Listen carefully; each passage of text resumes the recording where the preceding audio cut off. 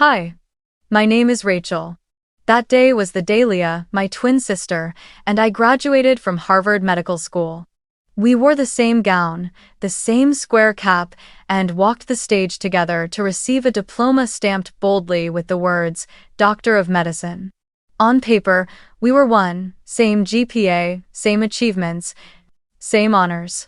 But in my family's eyes, it seemed like only one of us deserved to be celebrated, and it wasn't me. After the ceremony, while Leah was surrounded by friends, professors, and acquaintances from all over, I quietly left the campus alone. No one from my family had shown up, no congratulations. No hugs. My parents said they were busy preparing for a special event the next evening, a lavish party hosted at the Astoria Hotel in Houston. They called it Leah's debt-free celebration. A party to celebrate my sister graduating from med school with zero debt. They didn't ask if I needed help. They didn't ask if I felt overlooked. They just forgot about me. That afternoon, I stopped by my parents' house in Sugar Land. I didn't plan to stay long. I just wanted to leave behind my diploma, carefully framed, as a quiet way of saying, I made it too. I entered through the back door, still holding the framed diploma, when I heard my mother's voice echoing from the kitchen, loud and clear, with no attempt to hide. She deserves it more, honey. Leah's always had more potential. I froze. My entire body locked up for a moment. Leah deserves it more? And what about me? I had spent 4 years scraping together every dollar for tuition, working in research labs, pulling night shifts in the ER, juggling study and survival. Leah? She had a full ride from our parents. They paid for tutors every time she failed a class. They even hired a residency coach when she panicked before her first interview. Me? I studied from secondhand books, photocopied notes, borrowed lecture recordings from friends to listen to late at night. My mother kept speaking, her tone gentle but every word slicing through me. Rachel's always been so independent. She'll be fine. Leah needs more support. The familiar excuse. I was stronger, so I didn't need help. I stood there, diploma heavy in my hands, and realized I wasn't expected here. I placed it quietly on the table next to a vase of flowers and walked out without letting anyone know I'd ever been there. On my way to the car, I asked myself, was I being too sensitive? Did they really believe I didn't deserve a moment of recognition? I sat in the driver's seat of my old Toyota, hands on the steering wheel. These hands, the same ones that stitched wounds and pulled patients back from the brink, were now trembling over a sentence my mother said. I bit my lip and told myself, I graduated from Harvard, I made it. I survived. But why did it feel so hollow, like I had never really existed at all? My phone buzzed. A message popped up from Dr. Alvarez, my research advisor and someone I deeply respected. I need to speak with you urgently. Big news, life-changing. I stared at those words like they were a heartbeat reviving me from the numbness of being forgotten. No one in my family saw me. But maybe someone else did. And this time, I could feel it. Something was about to happen that would make everyone who ever overlooked me look again. Maybe, at the party they never intended for me, I would be the greatest surprise of all. Before I continue this story, I have a question for you. Have you ever been the forgotten child in your own family? Let me know where in the world you're watching from, so I'll know I'm not alone. Leah and I were born in Austin, Texas, on a March morning, 6 minutes apart. I came first. Quiet, calm, eyes wide open, observing the world like I was already trying to understand where I belonged. Leah came out screaming. Loud, bold, full of life. That's our firecracker, my dad had said, beaming as the nurse placed her in his arms. Maybe, in that moment, everything was set. I was the one standing at the edge. Leah was the center of it all. We grew up in a 2-story house in the western suburbs, peaceful neighborhood, kind neighbors, American flags waving from every porch on Independence Day. My dad was the branch director of a commercial bank, always articulate, always polished in white shirts and red ties. My mom was a county supervisor, well-connected, often invited to speak at local community events. They were the kind of people who believed success should come with image, and Leah, with her dazzling smile and boundless energy, was the perfect portrait to present to the world. Me? I was the quiet one, the reader, the one easily forgotten during backyard BBQs. I remember clearly when I was 8, Leah landed the lead role in the school's spring play, Princess Elsa. My parents brought a camcorder, invited the grandparents, even had custom t-shirts printed with her face on them. At the same time, I had just won first place in a district-wide short story competition, a prize awarded to fewer than 5% of students statewide. I came home holding the certificate, excited to show them. My mom glanced at it and smiled. "That's expected of you, sweetheart. You're the quiet one, the smart one." What sounded like praise, to me, felt like being filed away in a drawer. The gifted girl who doesn't need attention. Eventually, I got used to it. Used to family photos always angled toward Leah. Used to every dinner compliment going to her social accomplishments, cheerleading trophies, volunteer leadership, class president. Meanwhile, I was quietly battling advanced math, general physics, applied biochemistry. I wasn't jealous, at least not when we were little. Leah never looked down on me. But she never realized how much more she was given. By high school, the gap between us became even more obvious. When Leah turned 16, our parents bought her a brand new white Jeep that gleamed in the driveway.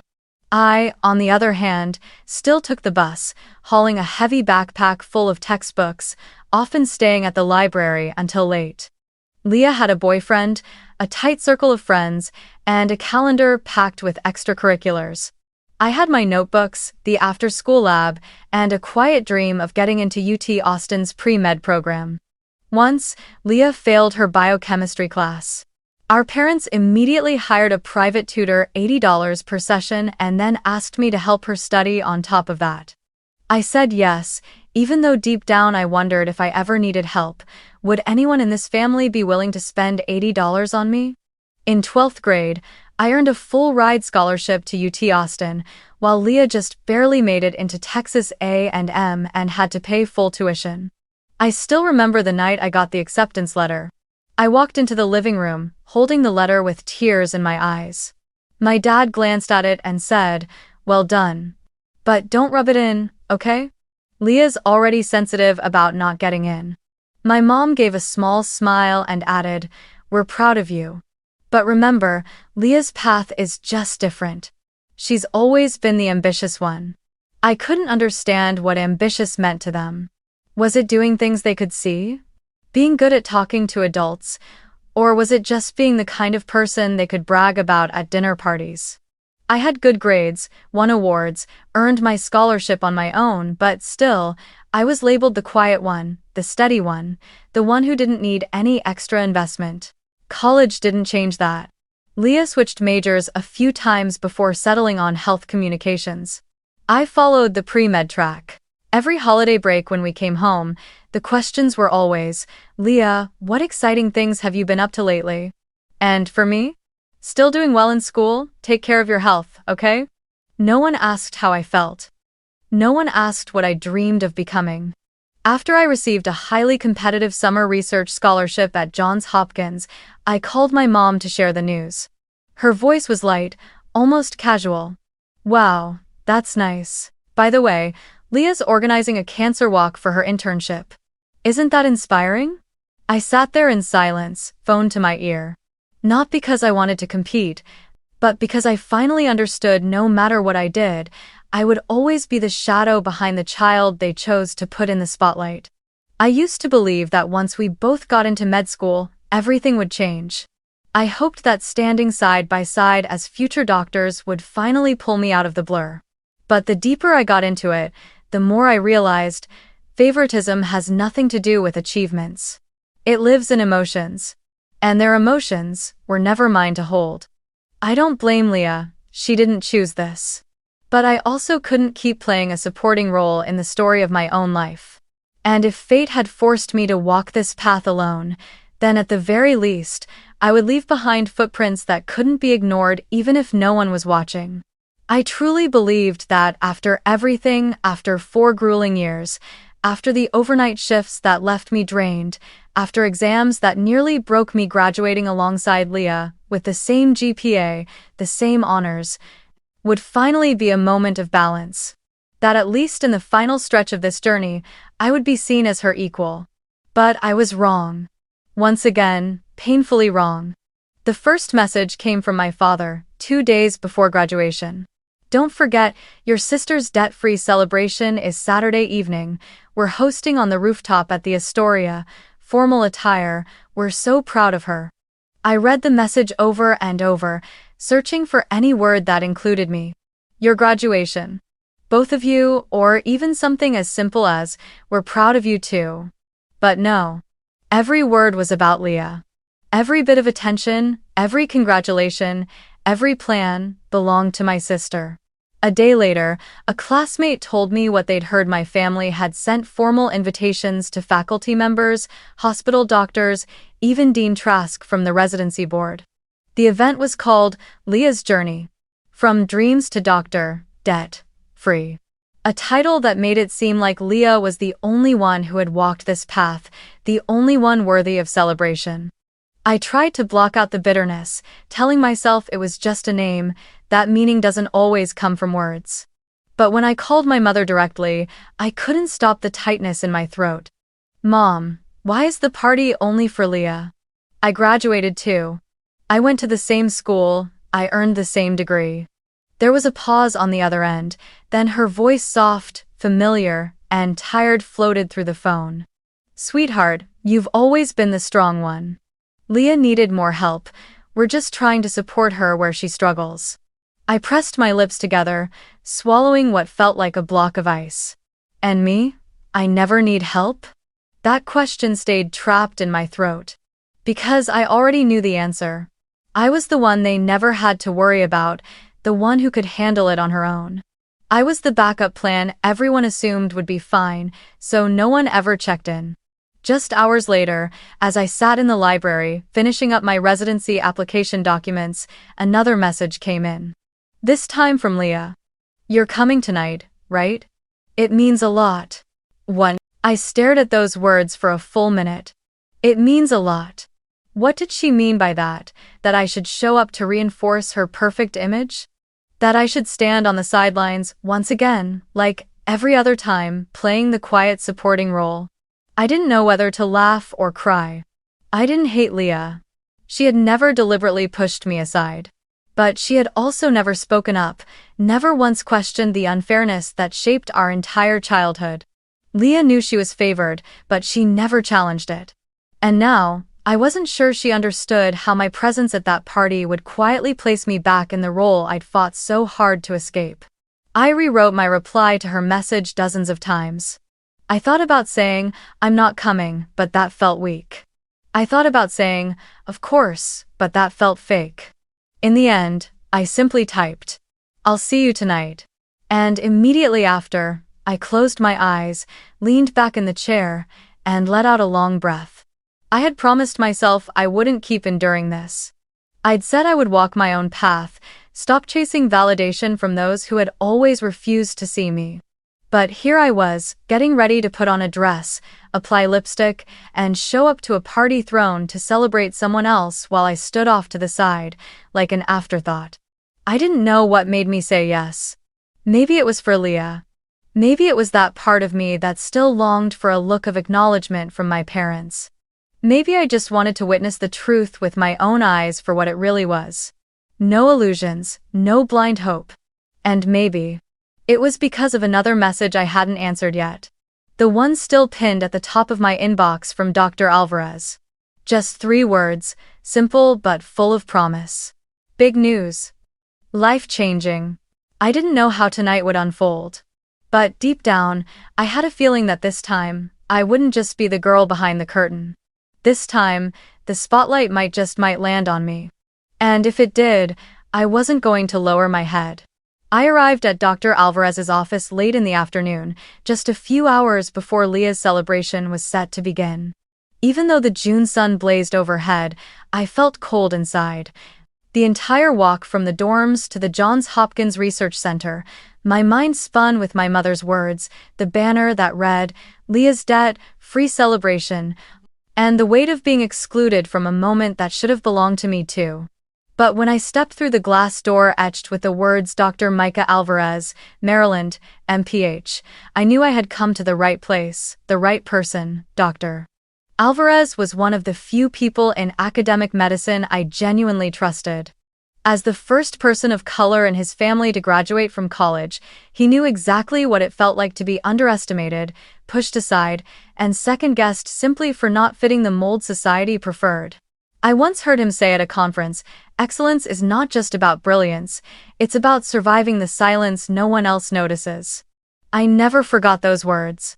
His office was bright, the walls lined with degrees, certifications, and photos taken with community doctors from around the world. Ghana, Colombia, Haiti, and even the rural corners of Texas. When I knocked on the door, he was holding a ceramic coffee mug, relaxed in posture but sharp-eyed as always. "Rachel, come in," he said, a warm smile curling at the edges of his mouth. "I've been waiting for you." I sat down in the familiar wooden chair across from his desk. For a brief moment, I felt safe, like here, in this room, I was fully seen.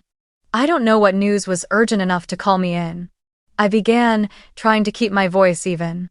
He nodded, set down his coffee, and opened the drawer to pull out a cream-colored envelope sealed with a red stamp. "Rachel," he said slowly, "I have the honor of being the first to tell you, you've been selected for the Clarence King Fellowship." I stared at him, stunned, unsure if I had heard him correctly. "The Clarence King Fellowship, you mean?" "Yes," he confirmed, smiling. "The most prestigious public health research fellowship in the country. Full loan forgiveness, housing stipend, research funding, it's yours." I couldn't breathe for a moment. My entire body went still. I knew I had applied, gone through the interviews, done everything in my power, but I had never truly believed I'd receive it. Not because I wasn't good enough, but because I'd grown too used to being overlooked. I don't know what to say," I whispered. Dr. Alvarez stood, walked over, and sat beside me, placing a steady, unassuming hand on my shoulder. "Rachel, you didn't just earn this. You embodied it. Your thesis on health inequity in migrant workers, your clinical work, your publications, every single piece was outstanding. The committee voted unanimously. This wasn't luck, this was you." I bowed my head as tears spilled, uninvited but unstoppable. Not because I was weak, but because for the first time, in all these years, someone truly saw me not through the lens of comparison, not in Leah's shadow, not through my parents' filtered gaze. As I wiped my tears, he handed me a tissue and added, "There's one more thing." I looked up, surprised. "Your parents invited me to Leah's celebration tonight." "Social courtesy, I imagine," he said with a small smile. "They probably didn't realize how closely we've worked. But I'd like to go with your permission." My eyes widened.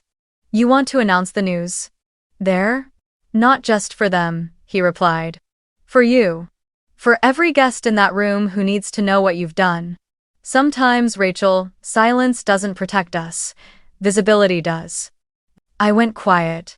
Inside me, a storm swirled between hesitation and the deep, buried hunger to finally be seen. Would that be ruining Leah's party? Or would it be the moment I finally gave myself the fairness I was always denied? "Are you sure?" I asked, voice barely audible. He looked at me with calm resolve.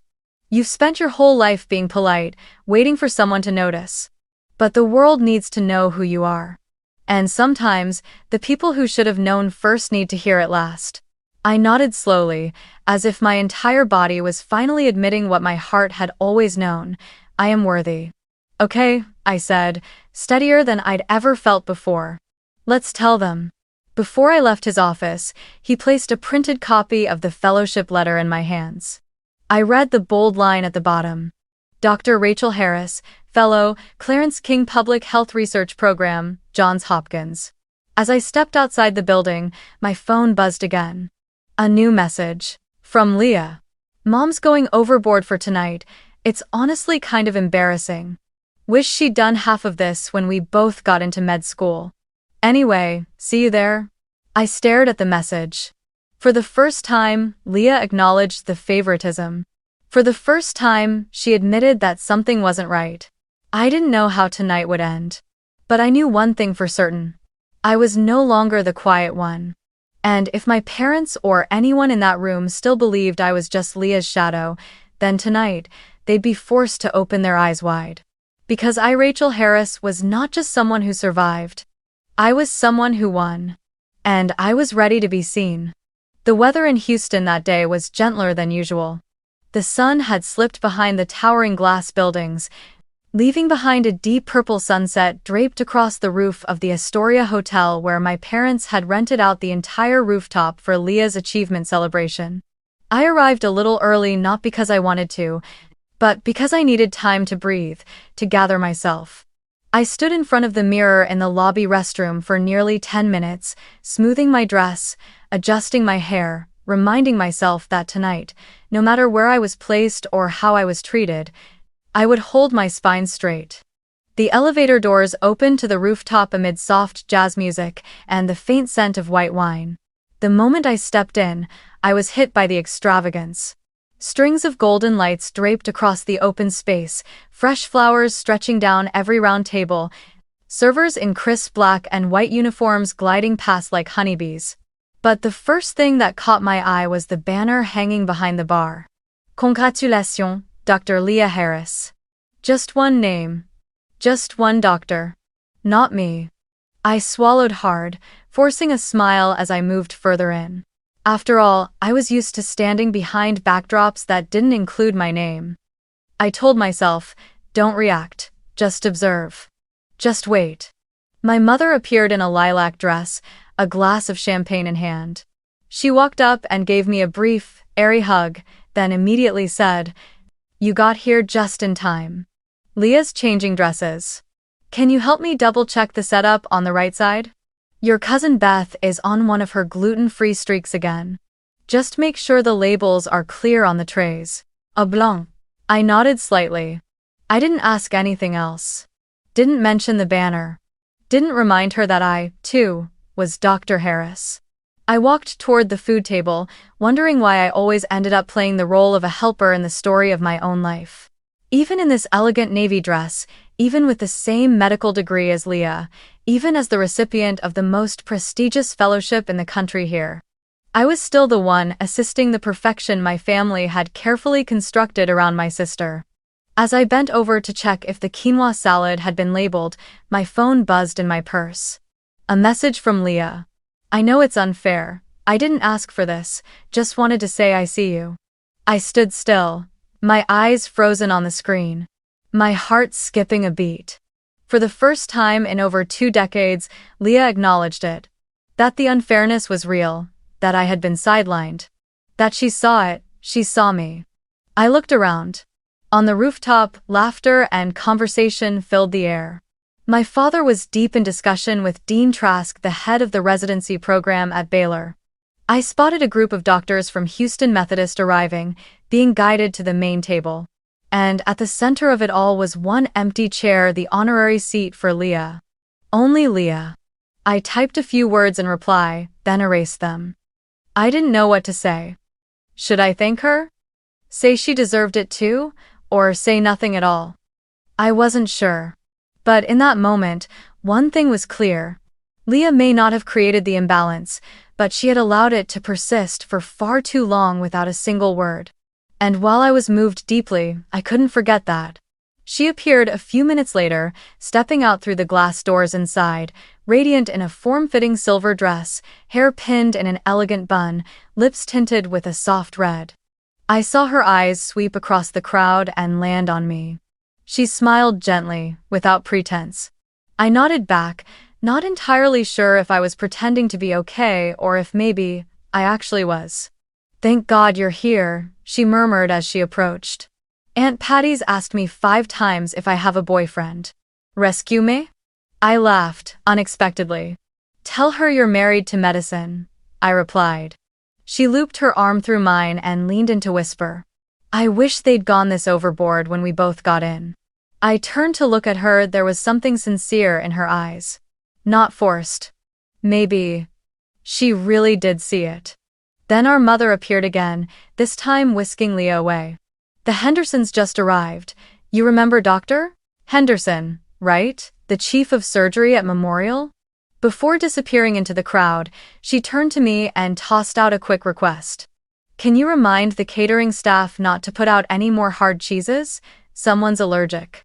I stood there, one hand still resting in my pocket around my phone, watching my sister be swept away like a movie star, while I once again was left behind to keep things running smoothly, to support from the shadows. I wasn't angry at Leah, but I was done enduring. Because tonight, something different was going to happen, and even if no one else knew it, I did. I hadn't come to stand on the sidelines, I came to be seen. And this time, I wasn't going to let the spotlight skip over me again. When dinner service began, I was seated at a side table near the glass railing where the lights were dimmer, and the conversations from the center echoed faintly from afar. My parents, Leah, our grandparents, and the high-profile guests were all at the main table, directly under the glittering glass chandeliers hanging from the terrace roof. From where I sat, I could see them. I could hear just enough to know what was being said, but never enough to be part of the conversation. Just like always. I offered polite smiles to the two distant relatives seated beside me, then quietly pushed the lemon butter fish to the edge of my plate, appetite absent. In front of me sat a full glass of water, untouched, and behind me an entire life spent behind the curtain.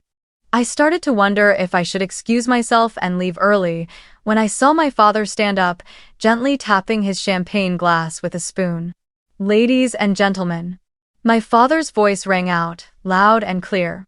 Thank you all for joining us tonight to celebrate our daughter Leah's remarkable achievement. I looked up, fingers gripping the edge of my napkin. Medical school, he continued, is not for the faint of heart. It takes years of grit, sacrifice, and unwavering determination.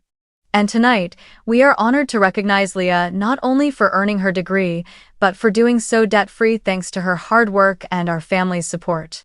Applause rose steadily across the rooftop. Each clap landed in my chest like a drumbeat, hollow and sharp. My mother stood as well, gently resting her hand on my father's arm, sealing their unity. We always believed in Leah, she said, her eyes sweeping proudly across the crowd. She's always been our star, the one who makes us proud. That final sentence cut through me like a blade, clean, sharp, and unforgiving. In front of friends, professors, and colleagues, they had just declared that only one of their twin daughters was worthy of recognition. My lips pressed tight. Tears burned behind my eyes. Not because I was fragile, but because that pain years in the making had finally taken on a clear, undeniable shape. Rejection. Public. Unapologetic. I turned slightly, ready to step away, to shield my face from the crowd. But then something unexpected happened. Leah set her glass down and stood up sharply. The main table froze. Heads turned, people braced, expecting a warm thank you, a classic speech of gratitude. But when she spoke, her voice rang out not cheerful, but firm, with a slight tremble at the edge. "I'm sorry," she began, her gaze sweeping the room. "But I need to say something, and I need to say it now." The noise in the room dropped. It was as if every person had just inhaled and forgotten how to let the breath go. "This party feels wrong." My father frowned. My mother tilted her head. A few guests whispered to each other, but Leah didn't flinch. This time, her voice was stronger. "Rachel and I walked the same path. We got into Harvard Med together. We studied side by side. We cried together, pulled all-nighters together, survived the same rotations. But she did it without applause, without support, without ever being told we're proud of you." I froze. The entire room did. Leah had never said anything like this. Not in private, not to me. And now, here she was doing what I had spent a lifetime waiting for. She was standing up. For me. My father gently shook his head, lips pressed into a thin line. My mother glanced around nervously, eyes darting across the crowd. But Leah didn't let them interrupt. "I love my family," she said. "But I can't celebrate myself tonight if we ignore the truth. The truth is, I had help, I had comfort, I had safety nets. Rachel didn't. She worked 2 jobs through med school. She fought for every research position, every internship. She carried herself through storms I never had to face. And I don't know how she did it." I felt my hands tremble in my lap. The room was so quiet, I could hear the faint clink of silverware against a plate somewhere in the back. "Maybe I've stayed quiet too long," Leah continued. "Maybe I thought speaking up would make things worse, but silence doesn't fix injustice, recognition does. And tonight, I want to recognize my sister not because we share blood, but because she's the strongest person I know." "I am proud." A sharp breath escaped from someone at the faculty table. A doctor nodded slowly. "And me." I looked at her, tears spilling freely now, but this time, they weren't the tears of someone forgotten.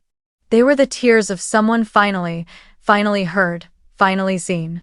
My father let out an awkward laugh, trying to recover the mood. "Of course we're proud of both our girls, but tonight was meant to be Leah's night. An achievement you facilitated." Leah interrupted, her voice no longer trembling. "Not one I earned alone. And Rachel's never had a celebration like this, not because she didn't deserve it, but because you didn't give it to her." The silence that followed was deafening. No one knew whether to applaud, bow their heads, or say something. No one was used to seeing Leah, the golden child in our parents' eyes, break the script of perfection to speak the truth. But I knew, deep in my bones, that in that moment, she wasn't just standing up for me. She was standing up for herself too, for the version of her that had been locked in a role she never fully chose. And then, from the faculty table, a familiar figure rose to his feet. A deep, steady voice cut through the silence like a key turning in a long-forgotten door. "If I may say a few words, I believe now is the right time." Dr. Micah Alvarez smiled gently, his gaze landing on me. I held my breath. Because I knew. Everything I'd been waiting for, all the unspoken truths, the unseen victories, the quiet strength, it was all finally stepping into the light. Dr. Alvarez moved into the glow of the rooftop lights, his posture straight, his voice warm and resonant, every word measured and clear, crafted to bridge the long gap between recognition and neglect. "I apologize for the interruption," Dr. Alvarez said, his eyes sweeping the crowd before settling on where I sat. "But I believe this is the perfect moment to share something many of you in this room may not yet know." No one said a word. Even the breeze brushing against the tall glass panels seemed to still. "Rachel Harris," he announced, his voice clear and resonant, "has officially been selected as this year's recipient of the Clarence King Fellowship." All the air fractured for a heartbeat, and then everything burst open at once. Applause rang out, heads turned toward me, mouths parted in stunned surprise, and soft wows rippled from somewhere in the back. I sat frozen, as if my own mind hadn't caught up to reality yet. The Clarence King Fellowship wasn't just a scholarship, it was the highest honor awarded to a medical student in the entire country. Only one recipient is chosen each year. It comes with prestige, full funding, national recognition, and, above all, it's an undeniable declaration that the person chosen is the best of the best. Dr. Alvarez continued, his voice steady, dignified. For those who may not know, the Clarence King Fellowship is not simply financial support. It is a profound recognition of groundbreaking work in public health research. And Rachel, through her study on mental health care accessibility for migrant labor communities in South Texas, not only earned this fellowship, but received a unanimous vote from the board. Something that hasn't happened in over 15 years. I looked down at my hands resting in my lap, they were trembling. Not from fear, from emotion. For so many years, I had trained myself not to expect recognition. I had learned how to keep moving while being overlooked. But now here, in the very celebration that wasn't meant for me, my name had just been spoken aloud as an undeniable truth. "I've had the privilege of working with Rachel for the past 2 years," Dr. Alvarez continued. "And I can say this. I've met many students who are brilliant and hardworking. But it's rare to meet someone who combines razor-sharp analytical thinking with the heart of a healer who truly wants to change the world. Boo. He paused and turned fully to face my parents graciously, but without avoidance. Rachel didn't just survive without support, she thrived. And that is what true excellence looks like. Another round of applause erupted. But this time, it was for me. For me. The eyes that turned toward me weren't dismissive anymore. They weren't glancing past me. They were filled with recognition. With curiosity. With respect. I saw Dr. Patel from the emergency department nodding my way. I saw Dean Trask rising from his seat, beginning to walk toward me. And then, another figure stepped forward. Dr. Nguyen, the director of residency admissions at the Mayo Clinic, crossed the banquet hall, shaking hands with a few guests along the way before stopping right in front of me. "Rachel," she said, her eyes bright. "Let's talk after this. I think we might have a place for someone like you." I couldn't believe what I was hearing. I nodded slightly, unable to find my voice. Then I turned toward the main table. My parents were still seated silent, motionless. My father had gone pale.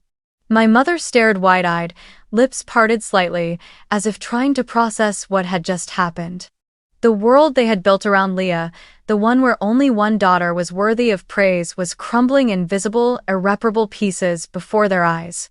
There was no denying it now, no way to spin it or blur the truth.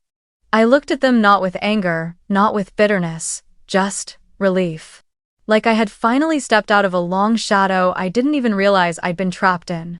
Dr. Alvarez made his way to me, shook my hand, then pulled out the chair beside mine. "You did it," he said softly, just for me to hear. "You changed the room." I smiled, tears slipping down the sides of my face. I didn't think it would feel like this. "Like what?" he asked gently. "Like freedom." And truly, that was the only word I could name in that moment.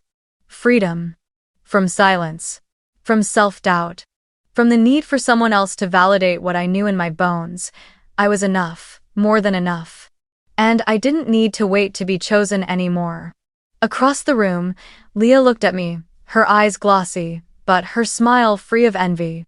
She raised her champagne glass toward me. I did the same. Our glasses met midair, in a soft, clear note that cut through applause, through the hum of recognition, through everything that once kept me hidden. This time, finally I was seen. Named. And not because of anyone else. Because of me. The party ended in a strange new energy I knew my parents had never imagined. After Dr. Alvarez's announcement, the center of attention shifted away from Leah, away from the custom banner hanging behind the main table and onto me. Doctors, professors, classmates, even relatives who had never asked me more than 3 questions in my life, now came to shake my hand, offer congratulations, ask about my research, my fellowship, on my future.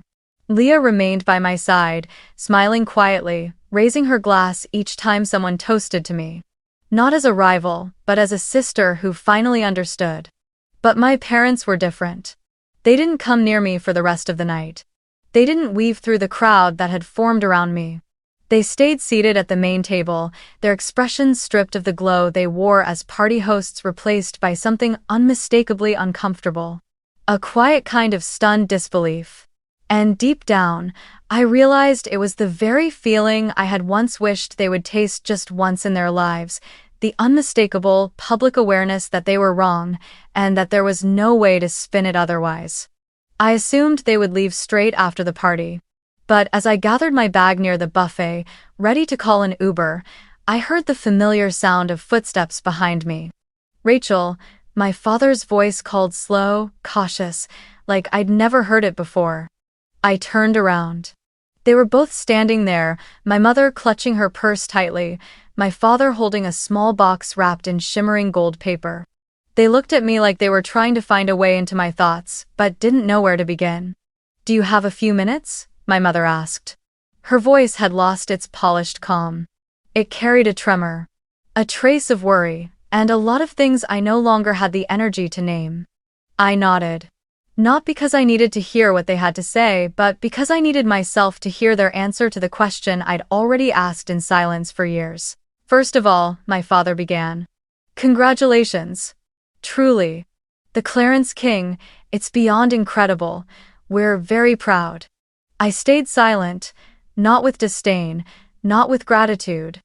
Just letting the silence make clear how late it had all come. My mother jumped in quickly, like she feared if she didn't speak now, I might walk away. We love both of you. But in different ways. You've always been stronger, more independent, so we thought I didn't need to be seen? I finished for her. My tone wasn't sharp, but it was unmistakably clear. They didn't respond. My father lowered his gaze. My mother bit her lip. You love us differently, I continued, eyes steady on them. But only one of us was ever celebrated. My mother opened her mouth, then closed it again. Tonight, I said, people knew my name not because you told them, but because I told it myself.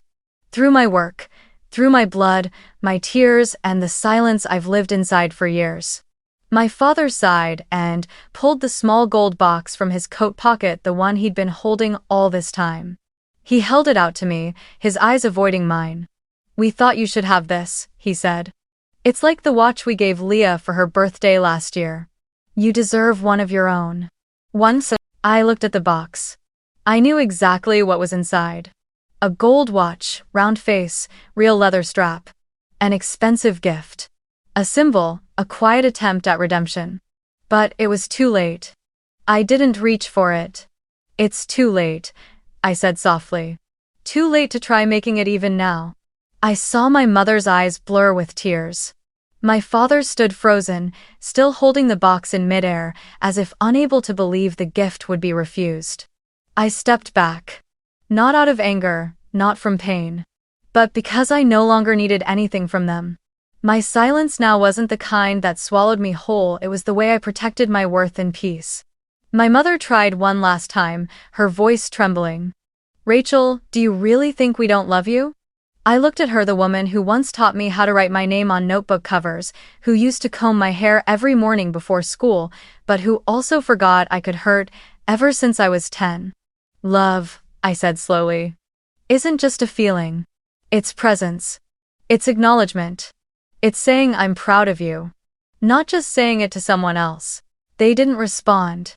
I walked away, leaving behind the fading rooftop lights, the banner with the name that wasn't mine, and two adults still trying to patch something they'd abandoned too long ago. The watch remained in my father's hand. And me, for the first time in my life, I felt lighter for not taking it. 3 weeks after that night, I stood by the window of my small apartment in Cambridge, looking out at the carefully labeled boxes stacked in neat rows. Each one marked, research files, medical books, photos, things I held onto too long. It took me 3 nights to sort through everything, not just what I owned, but what I had carried in my heart. Some things I chose to keep. Others, I finally let go. That morning, Boston was unusually clear. The breeze was soft, the air crisp, the sunlight gentle, like a kind hand reaching out after a long winter. I pulled my suitcase into the lobby just as the moving SUV arrived. And Leah was already there, leaning against the stone railing, arms folded across her chest, her hair tied back, her face quieter than usual. She'd taken the morning off from her rotation just to see me off. And I knew that wasn't easy for her. Because Leah was never good at goodbyes. Especially to things she once thought would never change. Everything okay? Leah asked as I approached, my suitcase clattering softly across the stone tiles. I nodded, smiling, truly smiling for the first time in what felt like forever. Better than ever, I said. She looked at me, and for once, her eyes didn't carry that edge of guardedness, that unconscious posture of being the favored one. She was just a sister, standing across from another sister who, for the first time, was fully herself. You know, Leah began, her voice catching slightly. For so many years, I thought I was the lucky one. The one who was loved more. Favored. Trusted to succeed. I looked at her and said nothing. She had never voiced this. Not in the thousands of conversations we'd shared as twins, not during our school days, sitting side by side. Not when I cried myself to sleep over tuition stress while she got extra money for her winter break trip. But the truth is, she went on, I wasn't strong like you. I was addicted to their approval.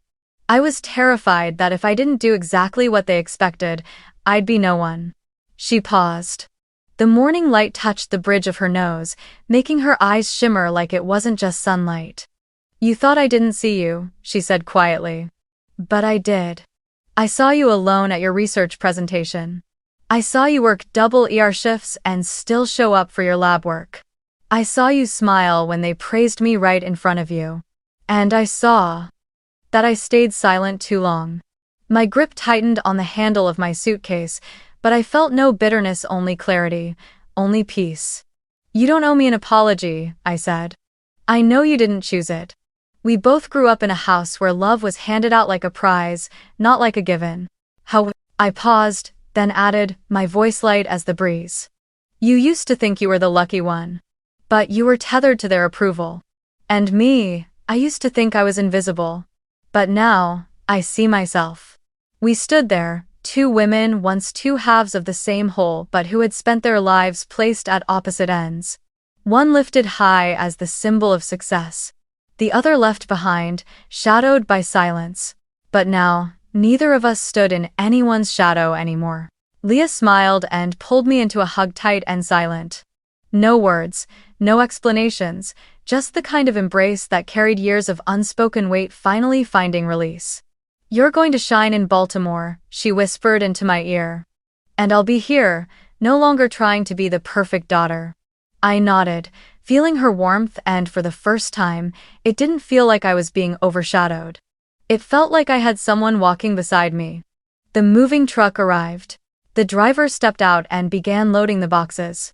I opened the car door, then turned back to look at Leah one last time before heading out. From now on, I said, we're no longer two halves split apart, we're two women choosing ourselves. Leah waved, her eyes glassy, but her mouth still smiling. I slid into the driver's seat, started the engine, and pulled away, turning off the old path, heading toward a new one. And for the first time, I knew. I didn't need anyone to lead the way. I didn't need someone else's light to show me where to go. Because I was carrying my own. And this time, freedom wasn't the destination. It was who I was becoming. If you've ever been the forgotten child in your own family, if you've ever sat at the dinner table in silence, watching the pride in your parents' eyes land only on someone else, if you've ever worked twice, 3 times as hard just to receive a cold nod or a warning not to get arrogant, then this story is for you. I don't share it for sympathy, I share it for those who've lived in silence. For those who push themselves to be better, thinking that if they were good enough, quiet enough, humble enough, someone would finally see them. But some recognition will never come from the people you hoped it would. And that is not your fault. You don't need to be chosen to be worthy. You only need to refuse to give up on yourself. You don't have to shout to be loved. Let your work, your resilience, and your kindness speak. Maybe they won't see. But someone will. And more importantly, you will. One day, you'll walk into a room where everyone expected you to sit quietly in the back. And you'll be the one they applaud the loudest. You'll be the greatest surprise at the party you were never invited to. And on that day, you won't need them anymore. You'll have yourself. And you'll be the most valuable thing you've ever owned.